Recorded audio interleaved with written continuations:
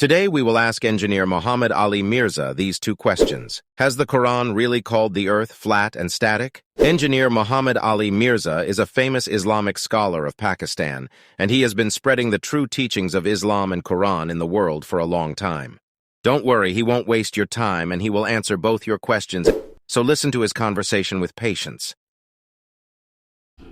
تو ارتھ کی موشن کو ڈسکس کرنے سے پہلے ایک بنیادی بات سمجھ لیں کہ اسلام روئے ارض پہ وہ واحد ریلیجن ہے جو توہمات کو چھوڑ کر ڈیفینیٹ علم کے اوپر بنیاد رکھتا ہے.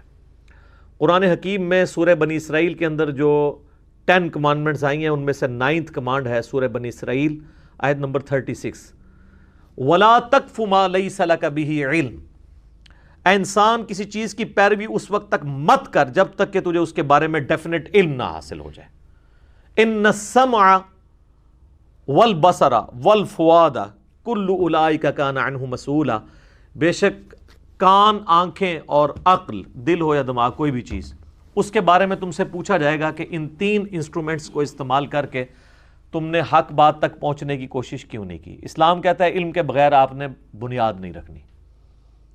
اور علم اسلام 2 ہی مانتا ہے، یا تو ریویلڈ نالج ہو، وحی کا علم، کتاب و سنت کا علم جو انبیاء کے ذریعے آیا علیہم السلام، یا پھر acquired knowledge, the knowledge obtained through observations and experiments, جسے ہم سائنس کا علم بھی کہتے ہیں. یہ اللہ تعالیٰ کا ہی دیا ہوا علم ہے، اور یہ ہمارا جو سائنس کا علم ہے یہ فزیکل ورلڈ کے فینومینا کے ساتھ ڈیل کرتا ہے جو قانون قدرت ہیں. قرآن چونکہ لٹریچر کی زبان میں بات کرتا ہے، اس لیے بعض اوقات قرآن کی گفتگو کو لوگ میتھمیٹیکل گفتگو یا سائنس کی کتاب کے طور پر دیکھنا شروع کرتے ہیں تو پرابلم کھڑی ہو جاتی ہے. قرآن سائنس کی کتاب نہیں ہے، یہ سائنس کی کتاب ہے. اللہ کی آیات، نشانیوں کی، قدرت کی نشانیاں بیان کی گئی ہیں جو ایک عام انسان آبزرو کرتا ہے، چاہے وہ آج کا ہو، چاہے آج سے 10,000 سال پہلے کا ہو، یا آج سے 10,000 سال بعد کا. اگر انسانیت نے اتنی دیر زندہ رہنا ہے، وہ سائنس کی بات کرتا ہے جو آپ آبزرو کرتے ہیں. تو سائنس بھی تو یہ کہہ رہی ہے نا، the knowledge obtained through observations and experiments is known as science. تو سائنس بھی تو آبزرویشن کے ذریعے سب کچھ کر رہی ہوتی ہے. تو بڑے سے بڑا سائنٹسٹ بھی آپ دنیا کے لے آئے نا، وہ کبھی یہ نہیں کہا کہ میرا آج دماغ کر رہا ہے کہ میں بریانی کھاؤں، وہ بھی کہے گا کہ میرا دل کر رہا ہے کہ میں بریانی کھاؤں، میرا دل چاہ رہا ہے. آپ دیکھیں اگر وہ محبت کے جذبات کو پریزنٹ کرتے ہیں تو وہ دل کا نشان بنا کے کرتے ہیں، حالانکہ ان کو بھی پتا ہے کہ سوچنے کا جو آلہ ہے وہ دماغ ہے. سائنٹسٹ کا کوئی مذاق نہیں اڑاتا کہ یار یہ دل کیا سوچتا ہے کہ بریانی کھائی جائے، تو کہے گا میں لٹریچر کی زبان میں بات کر رہا ہوں. آج بھی امریکہ کے آپ اخبار اٹھائیں تو ان میں سن رائز اور سن سیٹ لکھا ہوگا. کبھی کوئی بیوقوف شخص بھی یہ جرت نہیں کرے گا کہ وہ ان اخبارات کا مذاق اڑائے کہ بھئی سورج تو غروب ہوتا ہی نہیں ہے، نہ سورج طلوع ہوتا ہے، وہ تو ود رسپیکٹ ٹو زمین ہوتا ہے، تو آپ یہ سن سیٹ اور سن رائز کیوں لکھ رہے ہیں؟ تو کیا کہیں گے کہ ہم انسانی آبزرویشن سے بات کر رہے ہیں. اس وقت سائنس کی گفتگو نہیں ہو رہی ہے بلکہ آبزرویشن کی ہے. تو آبزرویشن میں تو ظاہر ہے سورج غروب بھی ہوتا ہے، سورج طلوع بھی ہوتا ہے. تو میں پھر وہی بات ریپیٹ کروں گا کہ آپ نے قرآن حکیم کو ایز اے لٹریچر کی بک لینا ہے، اور قرآن پاک جن آبزرویشنز کی بات کرتا ہے وہ ہیں جو ایک کامن آدمی آبزرو کرتا ہے. اس کی ڈیٹیلز میں سوائے چند چیزوں کے باقی چیزوں میں بات قرآن نہیں کرتا، کیونکہ قرآن انسانی نفسیات کے ساتھ ڈیل کر رہا ہے. ورنہ تو پھر اگر قرآن آج کے دور کی ایک نٹی گریٹی بیان کرتا تو مجھے بتائیں 100 سال کو نکال کے پچھلے 1300 سال کے لوگوں کے لیے قرآن میں کیا انٹرسٹ ہوتا ہے؟ وہ کہتے ہیں کس قسم کی باتیں کر رہے ہیں. لہٰذا اس طرح کی باتوں کا مذاق نہیں اڑانا چاہیے. قرآن کو سمجھنے کے لیے ضروری ہے کہ آپ اسے لٹریچر کی بک کے طور پر دیکھیں، سائنس کی بک کے طور پر نہیں. قرآن پاک کی کوئی ایک آیت بھی اسٹیبلش سائنس کے خلاف نہیں ہے، کیونکہ یہ ورڈ آف گاڈ ہے، اور یہ کائنات جو ہے وہ کریشن آف گاڈ ہے. اللہ کے قول اور فعل میں تضاد نہیں ہو سکتا. اور جس کے اوپر پورے کا پورا مقدمہ کھڑا ہے وہ آیت ہے سورہ فاطر کی آیت نمبر 41 ان اللہ یمسک السماوات والارض ان تزولا. بے شک اللہ ہی نے تھام رکھا ہے آسمانوں اور زمین کو کہ کہیں ٹل نہ جائیں، زوال پذیر نہ ہو جائیں، اپنی جگہ سے ہل نہ جائیں.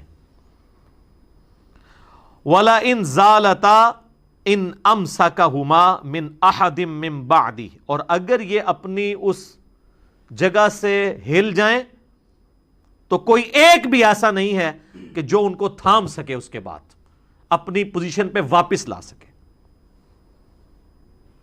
انہ کان حلیما غفورا، بے شک وہ یعنی اللہ بردبار ہے اور معاف کرنے والا ہے۔ وہ کہتے ہیں یہ جو الفاظ ہیں نا یمسکو، اس سے مراد ہے کہ اللہ تعالیٰ نے ان کو ایک جگہ روکا ہوا ہے۔ اس کا مطلب بالکل یہ نہیں ہے۔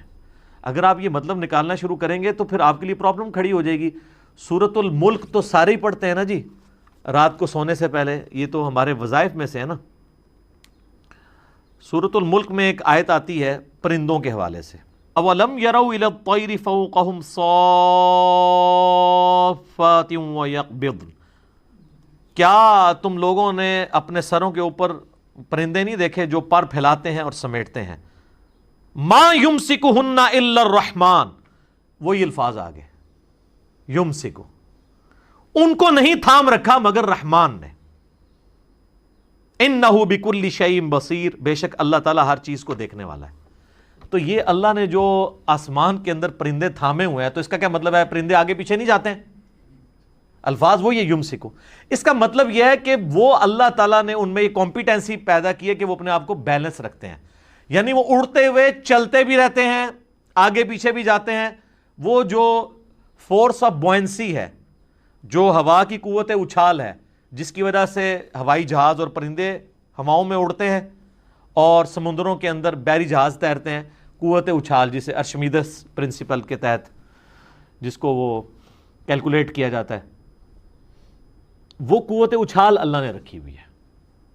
تو یہاں پہ یمسکو کا ترجمہ کو یہ کرے گا کہ پرندے ایک جگہ ہی رکے ہوئے ہیں، اس میں تو الفاظ ہیں کہ پر پھیلاتے بھی ہیں، اکٹھے بھی کرتے ہیں، لیکن جب وہ پھیلا رہے اور اکٹھے کر رہے ہوتے ہیں اس میں کھڑے نہیں ہوئے ہوتے، آگے جا رہے ہوتے ہیں۔ جس طرح ٹرین ہے، ٹرین کو اپنے اس محور میں رکھنے کے لیے دو پٹریاں ہیں اور اس میں ان کے جو پہیے ہیں اس کا ایکسٹینڈڈ پورشن ہے، اور اگر سپیڈ سے وہ کسی کارنر سے گزرے گول دائرے سے تو وہ بعض کا سینٹریفیوگل فورس اتنی ہو جاتی ہے کہ وہ پٹری سے ہی اتر جاتی ہے۔ تو ہم یہ کہہ سکتے ہیں کہ پٹری نے ٹرین کو اپنی جگہ پہ رکھا ہوا ہے۔ اس کا یہ مطلب نہیں ہے کہ ٹرین ایک جگہ پہ رکی ہوئی ہے، بلکہ اسی طریقے سے اللہ تعالیٰ فرماتا ہے ہم نے اسے بیلنس کیا ہوا ہے کہ اپنی جگہ سے، یعنی جس محور پہ ہم نے اسے سیٹ کر دیا ہے۔ وہ 23.5 کا اینگل ہے نارتھ کے ساتھ، اور نارتھ سے دیکھیں تو اینٹی کلاک وائز مغرب سے مشرق کی طرف گھومتی ہے زمین۔ یہ دو بڑی موشنز ہیں نا زمین کی، ایک زمین اپنے محور کے گرد گھومتی ہے ہر سیکنڈ میں ½ کلومیٹر، اور بیک وقت وہ ریوالو بھی کر رہی ہوتی ہے سورج کے اراؤنڈ، وہ ایک سیکنڈ میں 30 کلومیٹر ہے جی۔ اور ایک تیسری موشن ہے جو آپ امیجن بھی نہیں کر سکتے، وہ پورا نظام شمسی انکلوڈنگ زمین اور تمام سیٹلائٹس سورج کے سمیت 200 کلومیٹرز ایک سیکنڈ میں ٹریول کر رہے ہیں۔ پتہ نہیں کتنے چاہ رہے ہیں جناب، ایڈی وڈی کائنات ہے اللہ دی۔ ایک چوتھی بھی ہے، وہ جو اپنے محور کے گرد 23.5 کا اینگل ہے نا، اس میں بھی زمین یوں بھی کرتی ہے۔ اگر یہ 23.5 کا اینگل ہی ختم ہو جائے، آپ کے موسموں کی تبدیلی ختم ہو جائے، وہ سارے موسم تبدیل اس کی وجہ سے ہو رہے ہیں۔ اور کس طریقے سے اللہ تعالیٰ نے اسے ایک محور کے گرد گھمایا ہوا ہے، اس کی وجہ سے آپ دیکھتے ہیں جب افریقہ میں گرمیاں ہوتی ہیں ہماری سردیاں چل رہی ہوتی ہیں، جب ہماری سردیاں آتی ہیں ان کی گرمیاں چل رہی ہوتی ہیں۔ اس طریقے سے کیا معاملات ہیں، یہ تو ایک اللہ تعالیٰ کی قدرت کا شاہکار ہے، سبحان اللہ و بحمدہ۔ تو یہ انہوں نے بڑی دلیل لی تھی، اور اس کے پیچھے آپ کو میں نے بتا دیا کہ انہوں نے اس کا فہم سمجھنے میں غلطی کی۔ اس میں سکون کا تو لفظ ہی کہیں موجود نہیں ہے کہ اللہ تعالیٰ نے ایک جگہ پہ روک کے رکھا ہوا ہے، نہیں، اللہ کہہ رہا ہے میں نے تھاما ہوا ہے اس کو کہ اپنی جگہ سے ٹل نہ جائیں، جو ہم نے ٹریک مقرر کیا اس سے ٹل نہ جائیں۔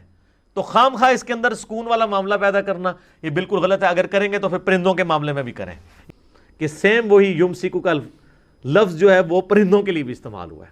اچھا جی، دوسری بڑی دلیل جو انہوں نے 3 آیات قرآن سے لی ہیں اور اس کے اوپر پورا مقدمہ انہوں نے کھڑا کیا ہے، باقی سب کی سب چیزیں اس کے اندر شامل ہیں۔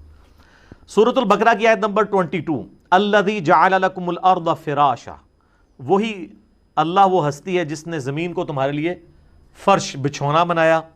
سورہ الزخرف آیت نمبر 10، الذی جعل لکم الارض مہدا، وہ اللہ ہے جس نے زمین کو تمہارے لیے گود بنایا۔